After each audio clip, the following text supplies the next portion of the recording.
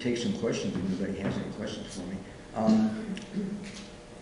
My mother died on the 23rd of March, 1998, and I was in Cedar Rapids, Iowa, at the bedside.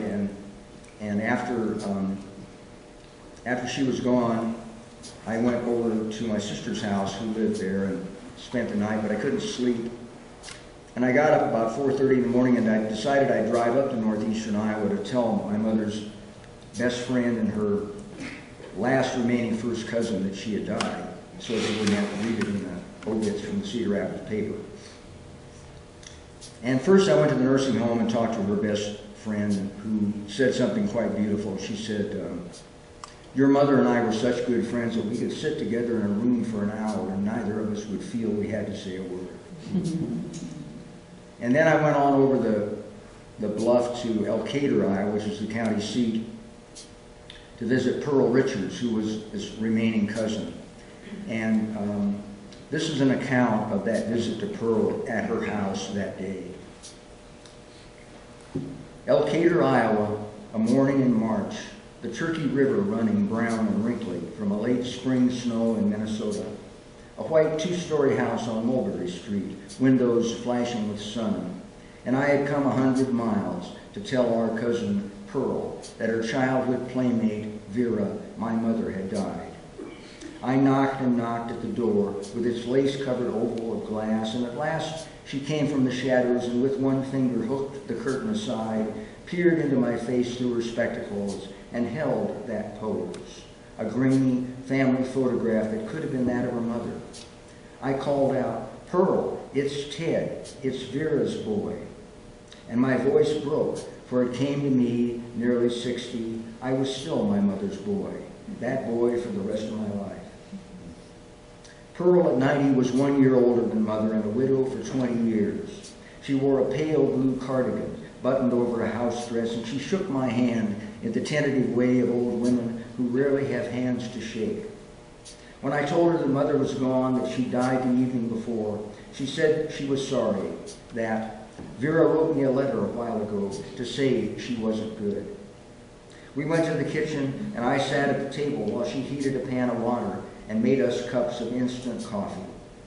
She told me of a time when the two of them were girls and crawled out onto the porch roof to spy on my Aunt Mabel and a suitor who were swimming below. We got so excited we had to pee. And we couldn't wait, and peed right there on the roof. And it trickled down over the edge and dripped in the bushes, but Mabel and that fella never heard. We took our cups into her living room, where stripes from the drawn blinds draped over the World's Fair satin pillows. She took the couch, and I took a chair across from her. I've had some trouble with health myself, she said, taking off her glasses and wiping them. And I said she looked good, though, and she said, I started seeing people who aren't here. I know they're not real, but I see them the same. They come in the house and sit around and never say a word. They keep their heads down or cover their faces with claws. I'm not afraid, but I don't know what they want of me. You won't be able to see, but one's right there on the staircase where the light falls through that window, a man in a light gray outfit. I turned to look at the landing, where a patch of light fell over the carpeted steps. Sometimes I think that my Max is with them. One seems to know his way around the house. What bothers me, Ted, is that they've started to write out lists of everything I own. They go from room to room, 3 or 4 at a time, picking up things and putting them back.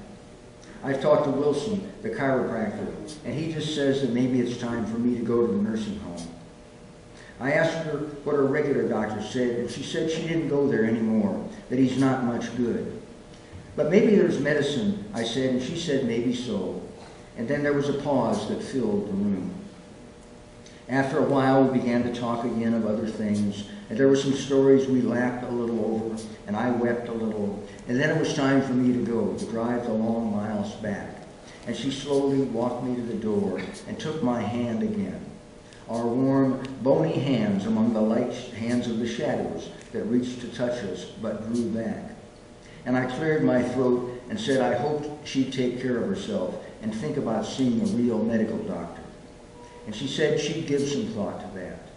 And I took my hand from hers and waved goodbye, and the door closed. And behind the lace, the others stepped out of the stripes of light and resumed their inventory, touching the spoon I used and subtracting it from the sum of the spoons in the kitchen drawer.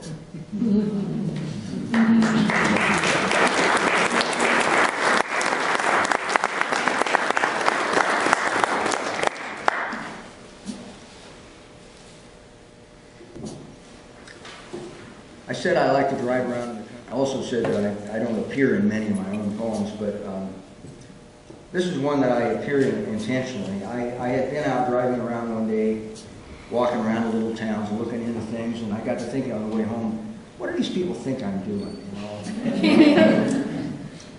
Strange car in town, everybody notices it, that sort of thing. So I got home and wrote this little poem about seeing myself in all those situations. It's called That Was I. I was that older man you saw sitting in a confetti of yellow light and falling leaves on a bench at the empty horseshoe courts in Thayer, Nebraska. Brown jacket, soft cap, wiping my glasses.